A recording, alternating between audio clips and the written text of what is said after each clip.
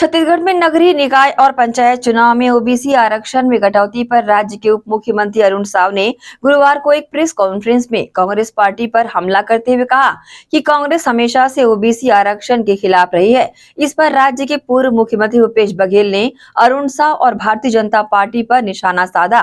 भूपेश बघेल ने कहा कि अरुण साव ने विधानसभा में जो बिल प्रस्तुत किया था उस पर राज्यपाल ने अभी तक हस्ताक्षर क्यों नहीं किए, ये एक बड़ा सवाल है। दूसरी बात, 73वें और 74वें संविधान संशोधन में कहीं भी उल्लेख नहीं है कि चुनाव की अवधि बढ़ाई जा सकती है। पूर्व सीएम बघेल ने बीजापुर के पत्रकार मुकेश चंद्राकर की हत्या मामले पर सरकार के रवैये पर भी सवाल उठाए।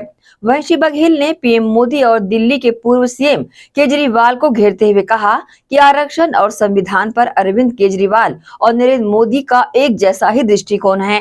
देखिए, सबसे पहली बात तो है कि अरुण साव जी ने विधानसभा में जो बिल प्रस्तुत किया वो अभी तक के राज्यपाल महोदय ने उसका हस्ताक्षर किया नहीं है। दूसरी बात यह है कि जो 73वें 74वें संशोधन हुए हैं और उसमें कहीं ये उल्लेख नहीं है कि आपको 5 साल बीतने के बाद भी 6 महीने बढ़ाने के किसी राज्य को या सरकारों को अधिकार है, बल्कि यह है कि प्रथम सम्मेलन से 5 साल पूरा होने के पहले 6 महीना पहले तक के आप चुनाव करा सकते हैं, ये स्पष्ट लिखा हुआ है। उसके बाद भी असंवैधानिक रूप से किया है। इसका जीता जागता उदाहरण ये है कि पंजाब गवर्नमेंट ने और मध्य प्रदेश गवर्नमेंट ने जब इस प्रकार से समय में वृद्धि की तो सुप्रीम कोर्ट गए कुछ लोग और उसके बाद सुप्रीम कोर्ट ने दोनों सरकारों को फटकार लगाते हुए एक समय बद्ध उनको कार्यक्रम दिया कि इतने दिन में आपको चुनाव कराना है। उसके बाद भी यदि उप मुख्यमंत्री जी ये कहते हैं, जो खुद भी वकालत करते रहे, तो मुझे तो उसके वकालत के ज्ञान पे शंका हो रही है कि इस प्रकार से बात कोई वकील कैसे कर सकता है।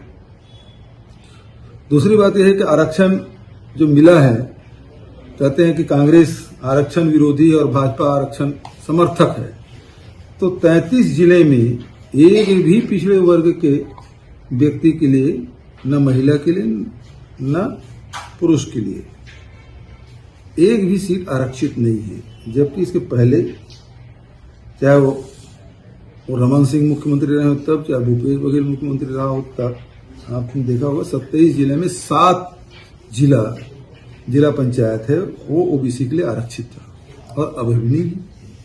बस्तर और सरगुजा में एक वार्ड न अनुसूचित जाति के लिए न पिछड़े वर्ग के लिए, एक वार्ड आरक्षित नहीं।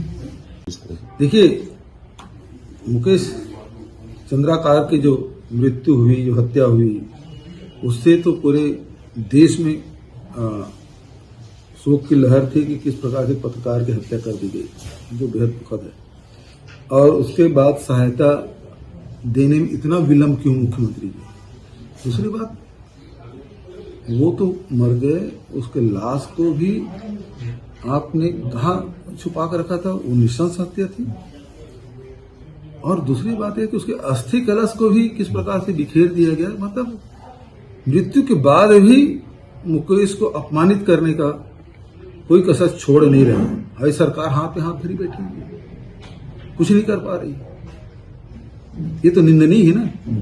और 10 लाख रुपए दिए वो अपर्याप्त है उसके परिवार के लोगों को, तो हमने कहा कि नौकरी तो दे। और सबसे बड़ी बात यह है कि जिस मुद्दे को लेकर वो लड़ाई लड़ रहे थे, उसकी जांच की घोषणा क्यों नहीं की?